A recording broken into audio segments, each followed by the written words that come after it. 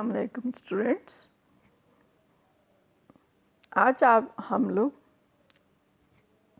علی گڑھ کی تعلیمی تحریک اور تحریک دیوبند کے اوپر مختصر سے بات چیت کریں گے۔ اس کی وجہ یہ ہے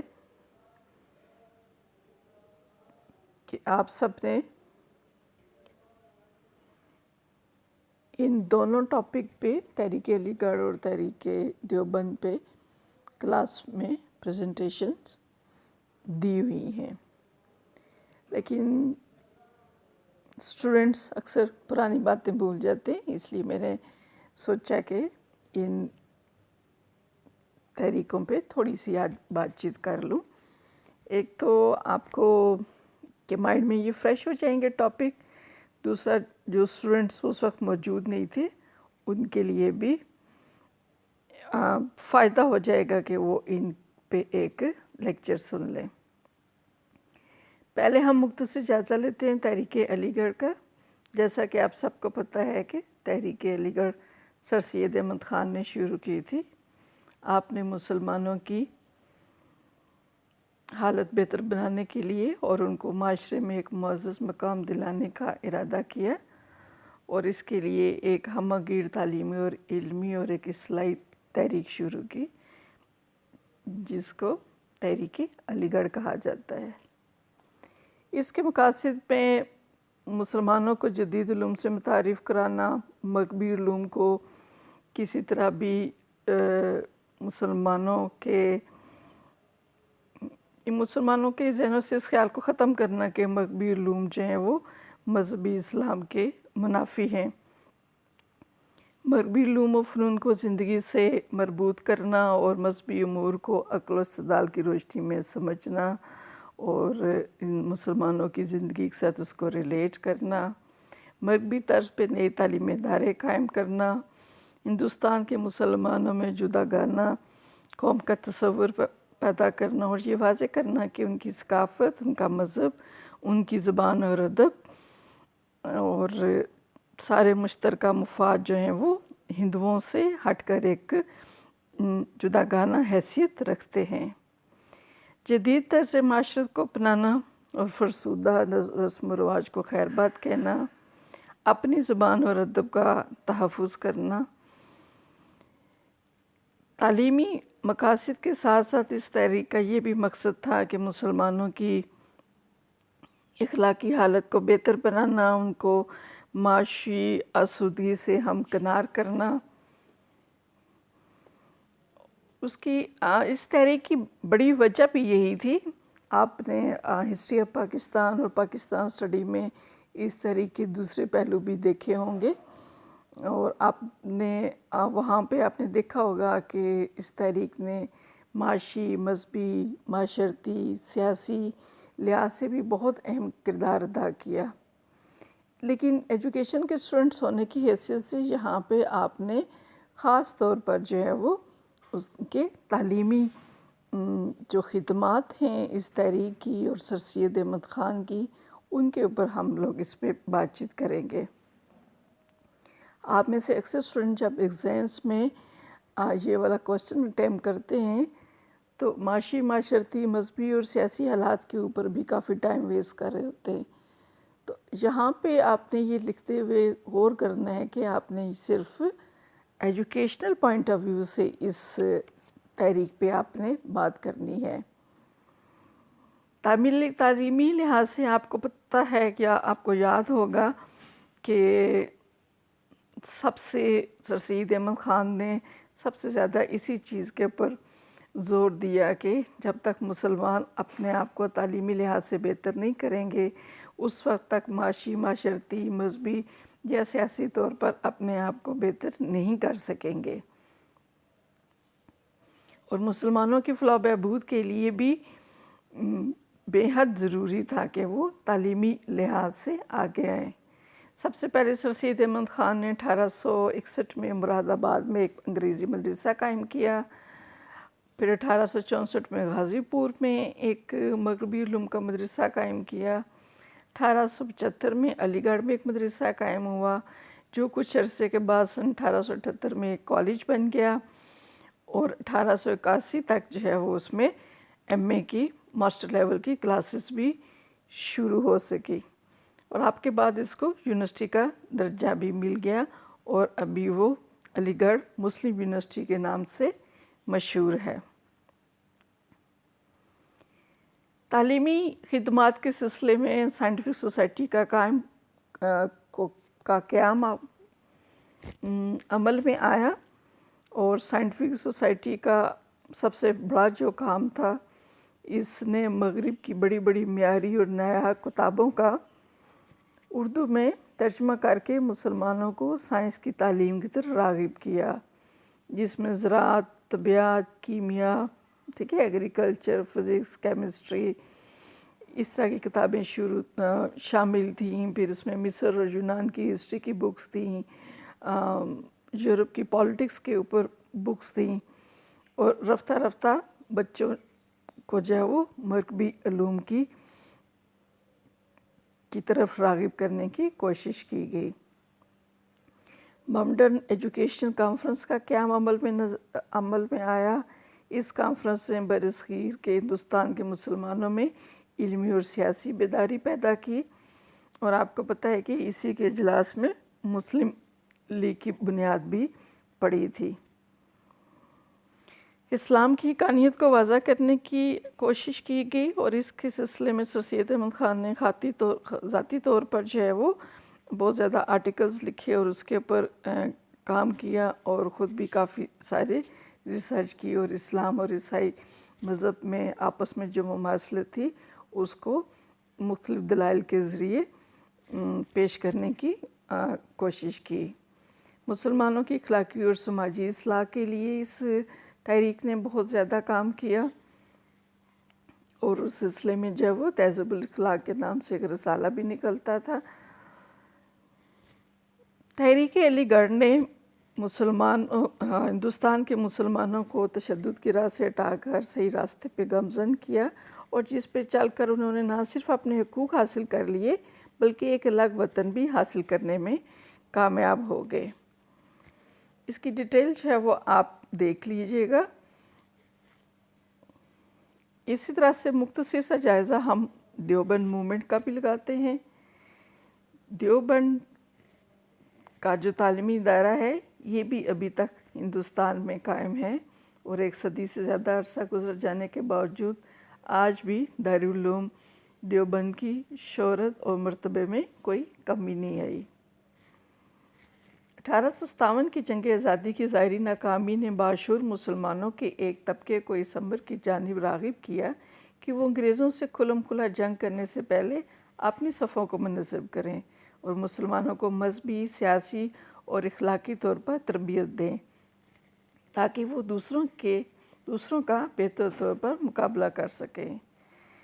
اسلام سے وفاداری اور انگریز دشمنی کے جذبے کے تحت مولانا محمد قاسم نے 1867 میں دیوبند کی مسجد میں اس مدرسے کو قائم کیا، جو بعد میں دارالعلوم دیوبند کے نام سے مشہور ہوا۔ دیوبند میں ابتدا میں جدید علوم کی کوئی گنجائش موجود نہیں تھی۔ اس میں درس نظامی کا سیٹ کیا ہوا نصاب ہی پڑھایا جاتا تھا، اور زیادہ توجہ جو ہے وہ علوم نقلیہ پر دی جاتی تھی۔ علوم نقلیہ سے مراد کیا ہے؟ قرآن اور حدیث اور فقہ کی تعلیم دی جاتی تھی۔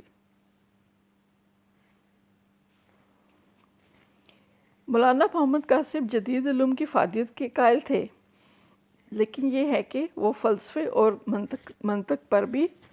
زیادہ زور دیتے تھے۔ اس لیے ابتدا میں بھی نہیں بلکہ کافی عرصے تک دارالعلوم دیوبند میں جو ہے وہ صرف اسلامی تعلیم اور فلسفے اور منطق پر زور دیا گیا، اور 1905 کے بعد تھوڑی سی صورتحال اس میں بدلتی ہوئی نظر آتی ہے، جس میں مولانا محمود الحسن اور مولانا عبید اللہ سندھی نے کوئی رول جدید علوم کے سلسلے میں اپنا کوئی رول پلے کرنے کی کوشش کی۔ دارالعلوم دیوبند میں قرآن، حدیث، تفسیر، عقائد الکلام اور متعلقہ ضروری امور کی تعلیم دی جاتی تھی، اور مال و اخلاق اسلامیہ کی تربیت اور طلباء کی زندگی میں اسلامی روح پیدا کرنے کی کوشش کی جاتی تھی۔ اسلام کی تبلیغ اور اشاعت اور دین کا تحفظ کیا اس مومنٹ نے، اور حکومت کے اثرات سے اجتناب کیا، اور اپنی مالی مدد کے لحاظ سے یہ آزادانہ طرز فکر اختیار کیا۔ اس سے فارغ التحصیل طلباء جو ہیں وہ اسلام اور آزادی، سادگی، محنت پسندی، کردار کی بلندی اور علمی اور تعلیمی لحاظ سے ملکہ ان کو حاصل تھا۔ دارالعلوم دیوبند جو ہے وہ مفت تعلیم کا بندوبست کرتا تھا، وہاں پہ طلباء سے فیس نہیں لی جاتی تھی، اور ان کا آزاد تعلیمی پروگرام تھا۔ تعلیمی پروگرام میں بیرونی افراد، یہاں تک کہ حکومت کو بھی کوئی مداخلت کا اختیار نہیں تھا۔ سب کو مساوی تعلیمی مواقع حاصل تھے۔ تمام مسلمانوں کو تعلیم حاصل کرنے کا یہاں پہ حق حاصل تھا، کیونکہ فری ایجوکیشن تھی نا، تو فری ایجوکیشن میں ہر طبقہ کے مسلمان یہاں آ کر تعلیم حاصل کرتے تھے۔ دارالعلوم دیوبند نے آہستہ آہستہ ایک جامعہ کی حیثیت اختیار کر لی تھی، اور بہت سارے تعلیمی اداروں نے اس کے ساتھ الحاق کیا تھا، اور بے شمار تعلیمی ادارے ایسے موجود تھے جن کا امتحان لینے کا ذمہ دار دارالعلوم دیوبند تھا۔ وقت کے ساتھ گزرنے کے ساتھ ساتھ جدید تعلیم کا رجحان بھی دارالعلوم دیوبند میں رائج ہوا، اور ابھی ہندوستان میں یہ ایک مشہور تعلیمی ادارہ ہے۔ تحریک علی گڑھ اور دیوبند کا آپس میں موازنہ اگر کیا جائے تو دونوں میں ایک ہی چیز جو مشترک تھی کہ مسلمانوں کے طویل دور حکومت کے زوال کے بعد ان کی معاشی، علمی، تہذیبی اور سیاسی شناخت خطرات میں گر چکی تھی، اور مسلمانوں کی اس پسماندگی اور ابتر حالت کو سدھارنے کے لیے تحریک علی گڑھ اور تحریک دیوبند نے گراں قدر خدمات سر انجام دی، لیکن بہت سارے پہلوؤں میں یہ ایک دوسرے سے جدا تھے۔ مقاصد میں تحریک علی گڑھ کا مقصد یہ تھا کہ جدید علوم کے ذریعے مسلمانوں میں اصول علم کا شوق پیدا کیا جائے۔ دیوبند کا مقصد یہ تھا کہ خالی مذہبی یعنی دینی تعلیم و تربیت کا بندوبست کیا جائے۔ سر سید احمد کے نزدیک حکومت برطانیہ سے خوشگوار تعلقات مسلمانوں کی ترقی کے لیے ضروری تھے۔ اس کے برعکس تحریک دیوبند نے حکومتی تعلقات کے بغیر اپنی مدد کے آپ کے تحت اپنے مشن کو جاری رکھا۔ تحریک علی گڑھ میں انگریزی زبان اور ادب، جدید تہذیب کو افراد کی اخلاقی تربیت کا ذریعہ بنایا گیا، اور لیکن تحریک دیوبند سے وابستہ افراد نے اخلاقی تربیت کے لیے قرآن و حدیث کی تعلیمات سے استفادہ کیا۔ سر سید احمد خان کی مغرب پسندی اور کالج میں موجود یورپین سٹاف کی بدولت علی گڑھ کا ثقافتی ماحول مغربی ماحول کے زیادہ قریب تھا، جبکہ دارالعلوم دیوبند میں پائے جانے والا ماحول مشرقی اور اسلامی روایات کے تابع تھا۔ علی گڑھ کالج میں پڑھائے جانے والے نصاب میں جدید سائنس، علوم، physics, chemistry, engineering, English literature کا زیادہ غلبہ تھا، جبکہ دارالعلوم دیوبند میں پڑھائے جانے والا نصاب زیادہ تر درس نظامی پر مشتمل تھا۔ درس نظامی آپ لوگ ریکال کریں، ہم نے سیکنڈ ایئر میں اس کے بارے میں ڈیٹیل سے پڑھا تھا۔ اس میں قرآن، حدیث، فقہ، تاریخ، عربی ادب، گرامر، منطق اور فلسفہ کے مضامین شامل تھے، اور جدید مضامین کی دارالعلوم دیوبند میں کوئی جگہ نہیں تھی۔ علی گڑھ کے قیام کا مقصد مسلمانوں کے خاص طبقے کی تعلیمی حالت کو سدھارنا تھا، اور خواص کی تعلیم کے اس نظریے نے علی گڑھ تک عام مسلمانوں کی رسائی کو ناممکن بنا دیا تھا، جبکہ اس کے برعکس دارالعلوم دیوبند میں ایجوکیشن کی تعلیم کا نظریہ اپنایا، اور یہ تعلیمی تحریک مسلمانوں کے عام طبقے میں بہت جلد مقبول ہو گئی۔ مالی امور میں علی گڑھ کے بانی سر سید احمد خان کے انگریزوں سے خوشگوار تعلقات کی بدولت علی گڑھ کالج مالی امور میں کافی حد تک خود کفیل تھا۔ سرکاری گرانٹ اور خوشحال طبقے کے احتیاط کی بدولت مالی امور خوشلوبی سے طے پاتے تھے، جبکہ دارالعلوم دیوبند نے اپنے مالی امور چلانے کے لیے حکومت سے کوئی امداد قبول نہ کی۔ طلباء اور اساتذہ اظہار کے جذبے سے سرشار تھے، اور انتہائی اہم مالی ضروریات کو چلانے کے لیے عام لوگوں سے چندہ وصول کر کے کام چلایا جاتا تھا۔ دیوبند سے متاثر افراد نے دو قومی نظریے کی مخالفت کی، اور چند لوگوں کے علاوہ یہاں کے علماء نے تحریک پاکستان کی مخالفت کی، جبکہ علی گڑھ کالج کے فارغ التحصیل لوگوں نے دو قومی نظریہ کے حق میں آواز اٹھائی، اور قائد اعظم کے بقول تحریک پاکستان میں ہراول دستے کا کردار ادا کیا۔ مسلمانوں کی یہ دونوں بہت بڑی تعلیمی تحریکیں ہیں، اور مختلف تعلیمی رجحانات سامنے آنے کے باوجود ان کی بہت زیادہ کنٹریبیوشن ہیں، اور مسلمانوں کے مالی، سیاسی، معاشرتی اور خاص طور پر تعلیمی حالات سدھارنے میں ان دونوں تحریکوں نے بہت اہم رول ادا کیا، اور ایک اپنے اپنے الگ الگ راستوں میں نئے تعلیمی رجحانات کو کافی پروموٹ کیا، اور انہیں دونوں تعلیمی تحریکوں کے انڈر جو ہے وہ مختلف اور قسم کی تحریکیں بھی سامنے آئیں، جن کا ذکر آگے آئے گا۔ خاص طور پر ندوۃ العلماء لکھنؤ ہے، اور جمعیت علماء اسلام ہے، اور کچھ اور تحریکوں کا ذکر ہے۔ شکریہ۔